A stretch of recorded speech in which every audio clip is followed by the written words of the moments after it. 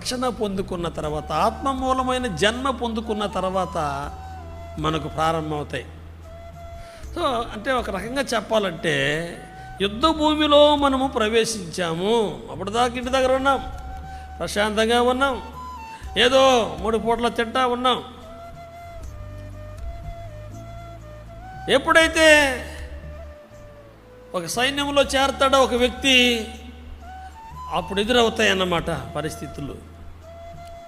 అపవాది దాడి, అపవాది ఆటంకాలు, అపవాది శోధనలు, అపవాది తీసుకొచ్చేటువంటి రకరకాలైనటువంటి ఇబ్బందులు ఎదుర్కోవాల్సి వస్తుంది అన్నమాట.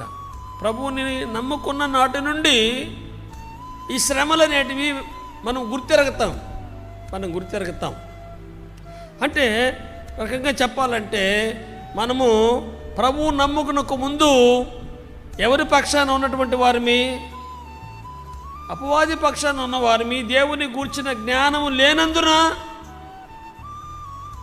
మన జీవితాలను బంధించి, బలహీనపరిచి, కృంగదీసి, ఇలాగా ఓ రోజు అలసి సొలసి గుండె ఆగిపోయేలాగా చేసే పరిస్థితులంతా అపవాదివే అని మనకు తెలియదు.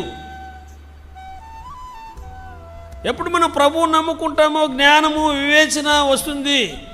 మనోనేత్రాలు తెరవబడిన తర్వాత దేవుడు దెయ్యము 2 కలిసి వచ్చేస్తాయి. దేవుడి మేళ్ళు కనబడతా ఉంటాయి, దెయ్యము ఆటంకాలు కనబడతా ఉంటాయి. అదే ఊరిలో మనం ఉన్నటువంటి వీధిలో కావచ్చు, ఊర్లో కావచ్చు, మనం సినిమా డైలాగులు గట్టిగా చెప్తా ఉంటే నవ్వుకుంటా ఉండేవాళ్ళు. అయినా భలే నవ్విస్తుంది కదా ఆ డైలాగులు చెప్పి, ఆయన నన్ను ఎంతో మనల్ని పొగడుతుంది లోకం.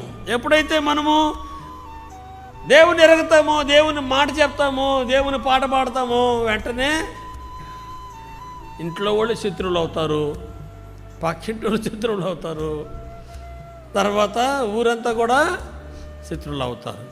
ఇది సహజంగా లోకమంతా జరిగేటువంటిది. అలాగా దావీదు జీవితంలో కూడా గొర్రెలు కాచుకుంటూ పొద్దుపోయి ఇంటికి వెళ్ళి స్నానం చేసుకొని తిని పడుకునేసేవాడికి మరి ఇంకొకటి లేదు. ఓ రకమైన జీవితానికి అలవాటు పడిపోయాడు.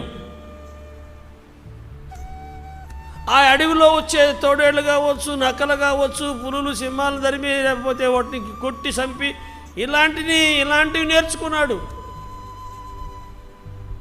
మనుషులు మృగాలు అవుతారని, మనుషులు కూడా చెప్పండి దావీదు దృష్టికి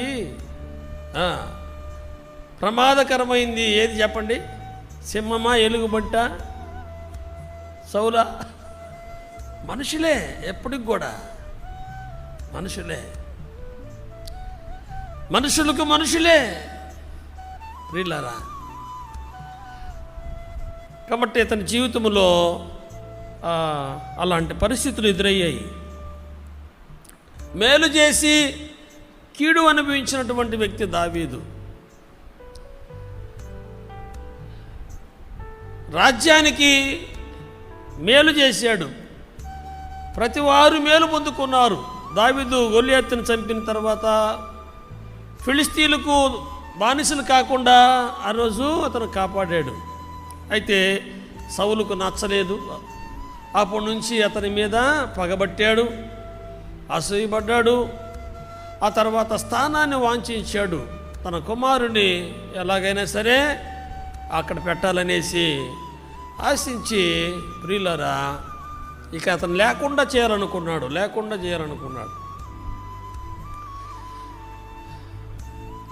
ఆయన పడుతున్న శ్రమలలో, కష్టాలలో ఆ కుటుంబాన్ని అడవుల్లో తీసుకుని నడిచి వెళ్ళేటప్పుడు చేసిన ప్రార్థనలో చాలా మాదిరికరము సంఘానికి. మన ముందు కూడా నేను ఒక మాట చెప్తాను, ఏ శ్రమ వచ్చినా కూడా ఒక కీర్తన గ్రంథం చదివేసేయండి, మీరు ఆదరించబడతారు. హల్లెలూయా. ఏ అవమానం వచ్చిందనుకోండి, కీర్తన గ్రంథము నిష్ఠగా నియమంతో ఒక 2 రోజులు 3 రోజులు కూర్చొని చదివేసేయండి. మీకు ఓదార్పు దొరుకుతుంది. మీరు ఆధ్యాత్మికమైన బలం పొందుకుంటారు. దైవికమైన శక్తి చేత ప్రతి పరిస్థితిని ఎలా ఎదుర్కోవాలో నేర్చుకుంటారు. అలాగే మనము కూడా రక్షణ